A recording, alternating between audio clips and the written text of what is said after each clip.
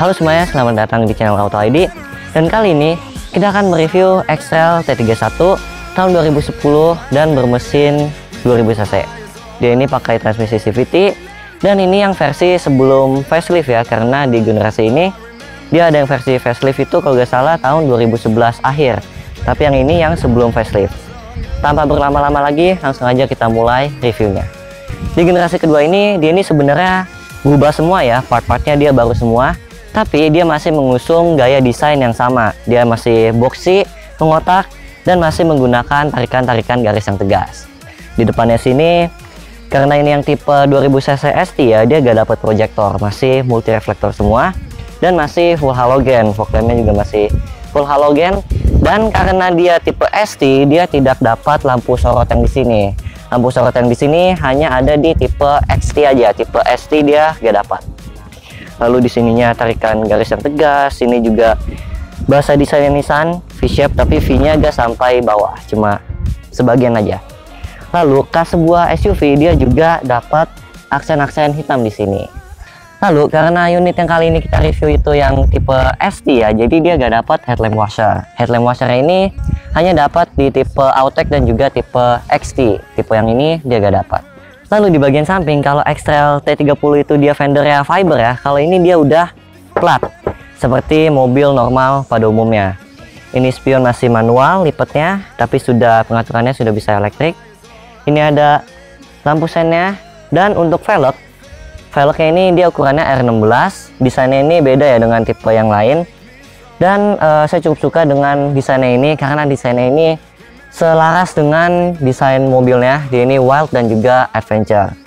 Lalu dibalut juga dengan ban berukuran 215/65 R16.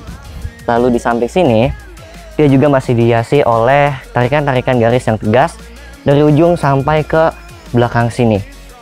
Dan untuk yang tipe ini dia belum dapat keyless ya. Lalu di bagian bawah juga masih ada aksen hitam seperti SUV pada biasa.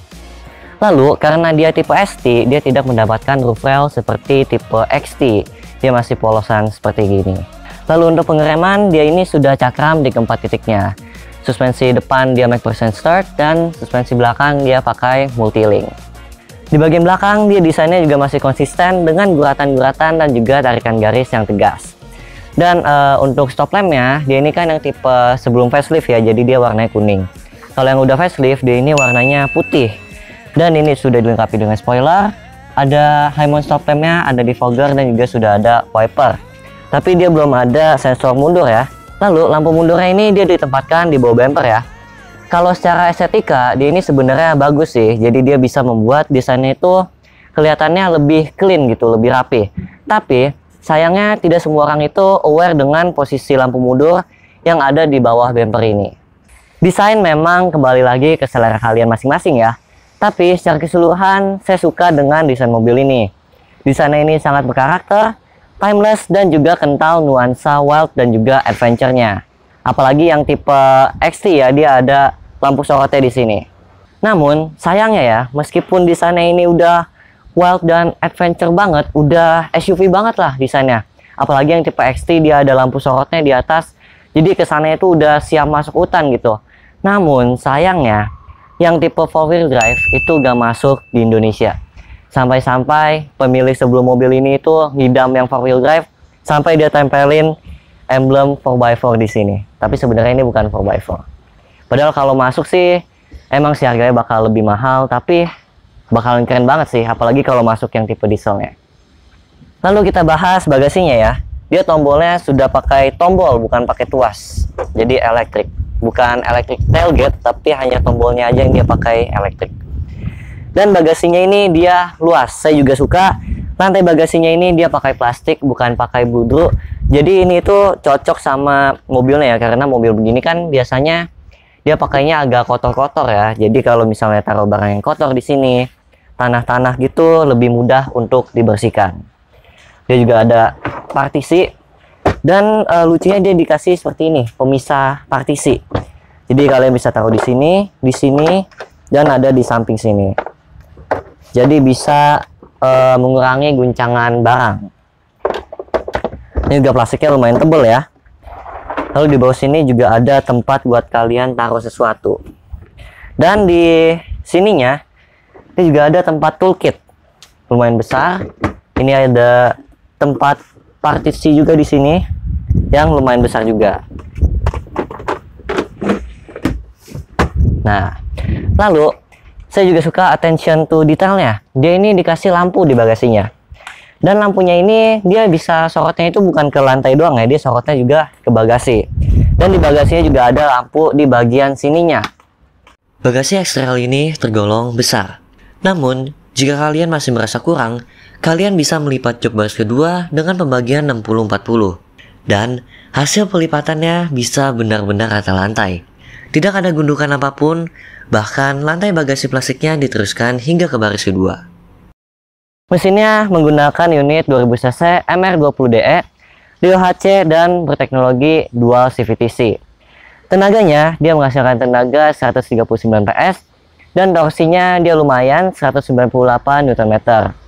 Tenaga dan torsi tersebut disalurkan ke dua roda depan melalui transmisi CVT 6 percepatan. Masuk ke interiornya ini menurut saya desainnya dia biasa aja, tapi dilapisi oleh material-material yang berkualitas.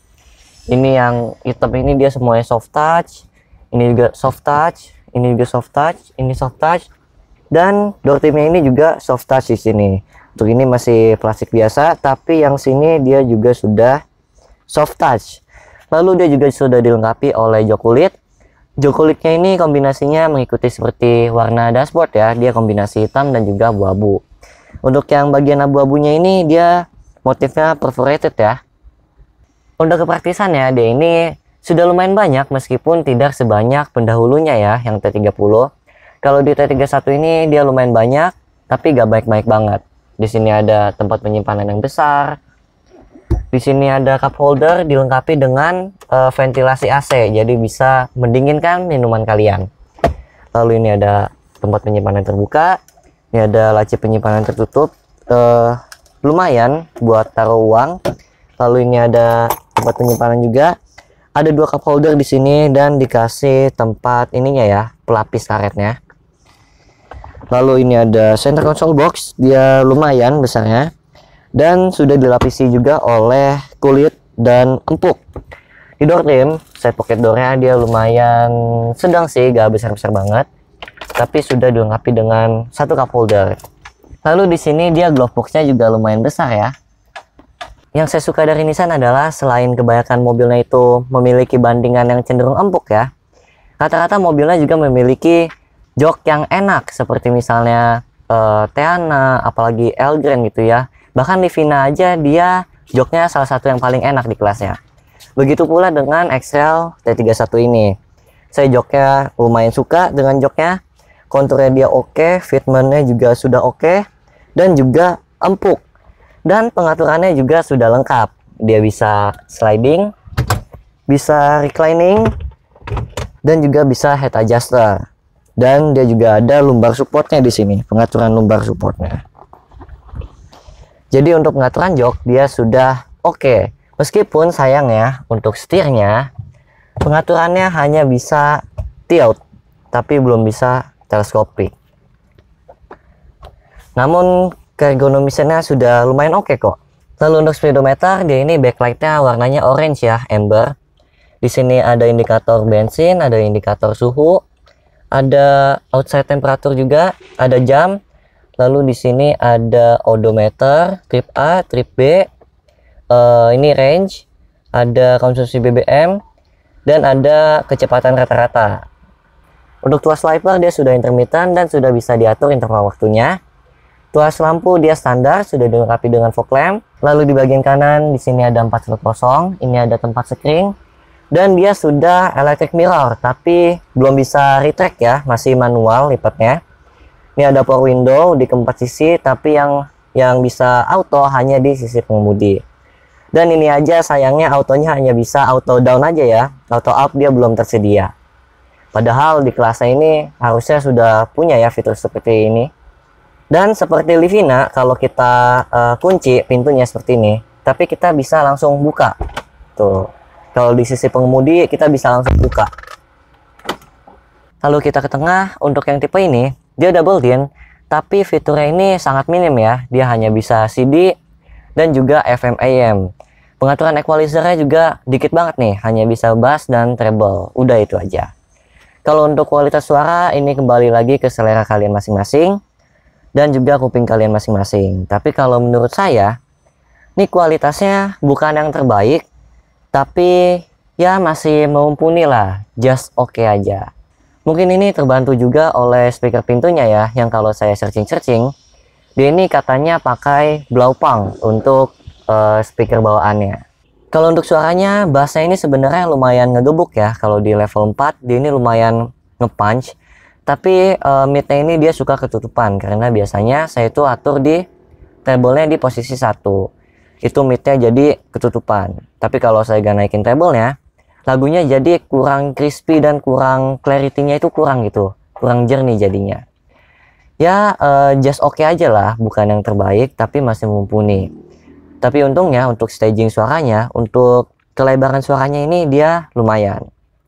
Kalau saya sangat menyarankan kalian untuk mengupgrade head unitnya ini ya. Karena ini konektivitasnya dia dikit banget. Dan sepertinya suaranya ini terhambat di head unitnya. Kalau saya juga biasanya lebih pilih upgrade head unit daripada upgrade speaker pintu tanpa crossover, tanpa power ataupun prosesor.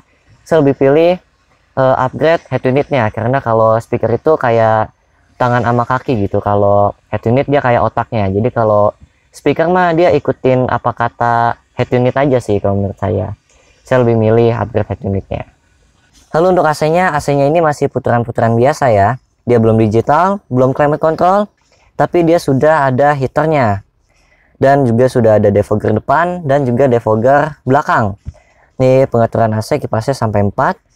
Arah angin sudah lengkap, dia bisa kaki kepala dan kepala aja, dan juga bisa ke kaca depan. Lalu ini ada pengaturan ventilasi juga, mau dari luar atau dari dalam. Lalu di bawah sini ada lighter, tempat penyimpanan lagi. Ini kalau di luar ini untuk yang versi 4-wheel drive, dia ini ada pengaturan transfer case-nya di sini. Ini 2 slot kosong. Untuk shifternya dia sudah ada mode manualnya dan juga sudah ada shift lock-nya. Rem tangan mode otot, door cup holder, ada lapisan karetnya juga.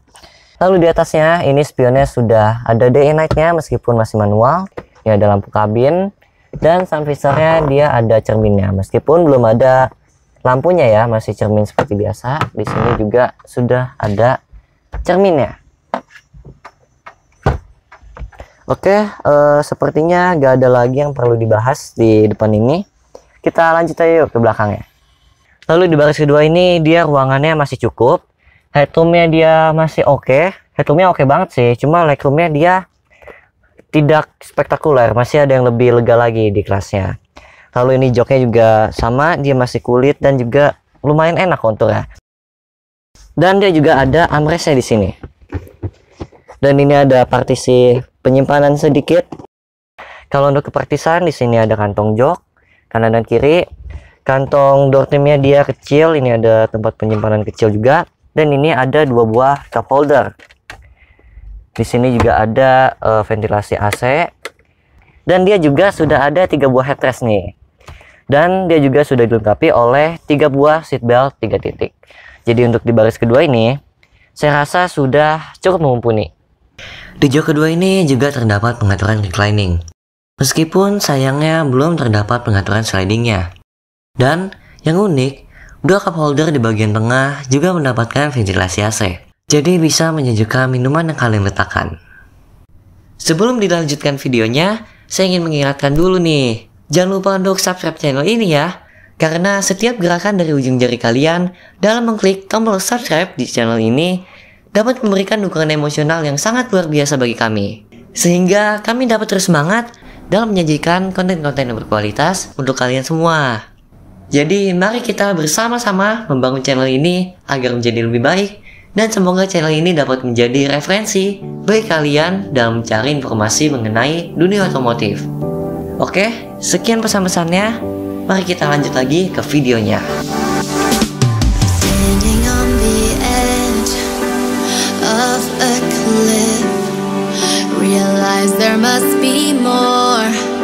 To life than this, reaching for the stars, traveling so far.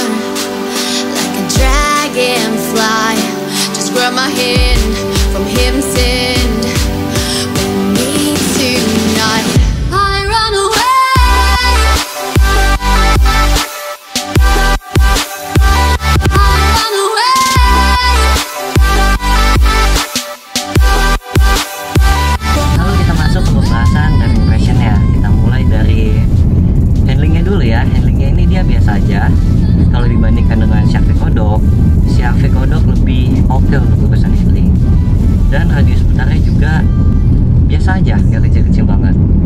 Untuk posisi mengemudi, dia ini tinggi dan commanding, jadi enak untuk melihat sekeliling. Visibilitasnya juga enak, ke depan, belakang, kanan, kiri ini juga sudah enak. Dan yang saya suka, ini kap mesinnya dia kelihatan ya, dan saya juga suka lekukan garisnya di kap mesin, jadi kelihatannya lebih gagah gitu. Gak penting sih, tapi ya lumayan lah buat jadi patokan kalian, terutama di jalanan yang cenderung sempit.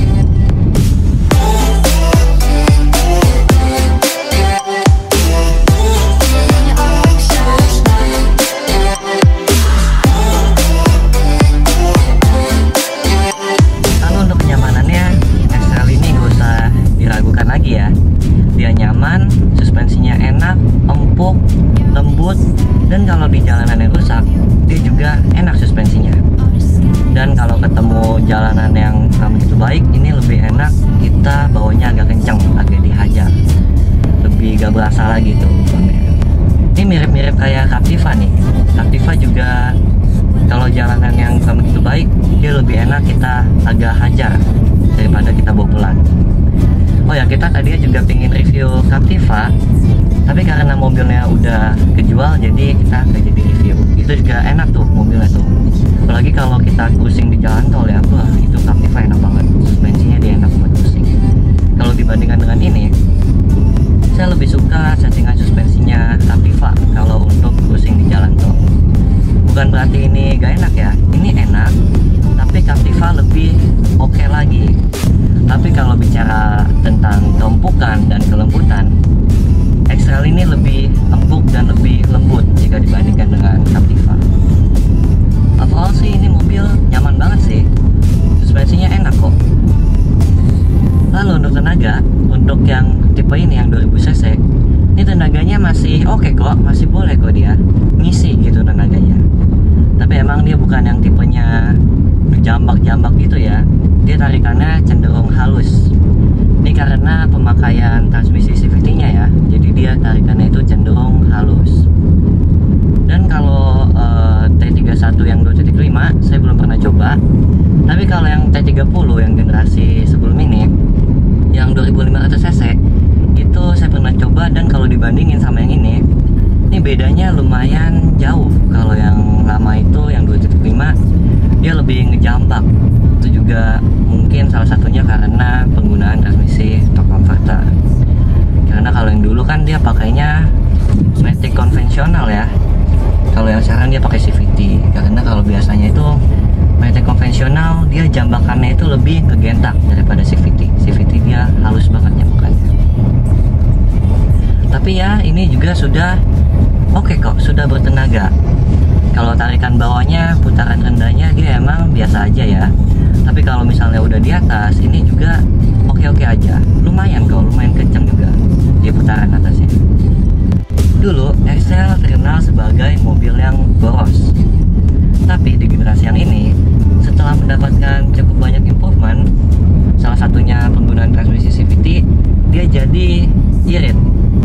Di dalam kota dengan kondisi yang cukup macetnya itu cukup parah ya, dan kecepatan rata-ratanya itu 18 km per jam, dia bisa dapat 1:9,7 km per liter. Dan kalau macetnya mendingan, dia bisa ada di kisaran 1:10 sampai 1:12. Itu juga tergolong sangat irit ya untuk sebuah mesin 2000 cc yang menggendong bodi seberat ini. Kalau untuk di rute tol, dia bisa mencatatkan sekitar 1:14 sampai 1:15. Itu juga tergolong irit ya untuk mesin 2000 cc ini. Lalu dia juga memiliki mode manual di transmisi 6-speed CVT-nya ini. Jadi ini bisa membantu kalian, terutama kalau di pegunungan yang untuk jalannya itu naik turun, atau pas kalau kalian ingin overtaking mobil depan, ini juga lumayan membantu. Kalau untuk peredaman kabinnya, ini sudah oke kok. Saya rasa dia sudah oke peredamannya. Suara dari kolong sudah oke, suara dari luar peredamannya sudah oke, dan suara dari mesin peredamannya juga sudah oke. Yang agak masuk ini suara di atapnya nih. kalau lagi hujan itu suaranya lumayan masuk nih. Sisanya sudah oke peredamannya. Secara keseluruhan mobil ini dia enak, tenaganya dia ya boleh lah, terus juga dia tergolong irit, dan yang paling saya suka itu suspensinya yang nyaman. Namun untuk fitur dia ini biasa aja ya, masih mencukupi tapi tidak spektakuler. Tapi itu masih bisa dimaklumi karena tipe ST ini merupakan tipe yang varian bawahnya dari sebuah X-Trail. Oke, sekian review saya tentang X-Trail T31 ini. Terima kasih telah menonton dan maafkan bila ada kesalahan atau salah ucap atau apapun itu. Dan kalau ada kesalahan data bisa kalian koreksi aja di kolom komentar agar kita bisa sama-sama belajar. Dan jangan lupa juga untuk like, komen, dan share video ini ke teman-teman kalian. Dan jangan lupa juga untuk subscribe channel ini agar kami tim Auto ID dapat terus semangat untuk menyajikan konten-konten berkualitas untuk kalian semua. Oke, saya Sugiarto pamit undur diri dan kita akan bertemu lagi di video berikutnya.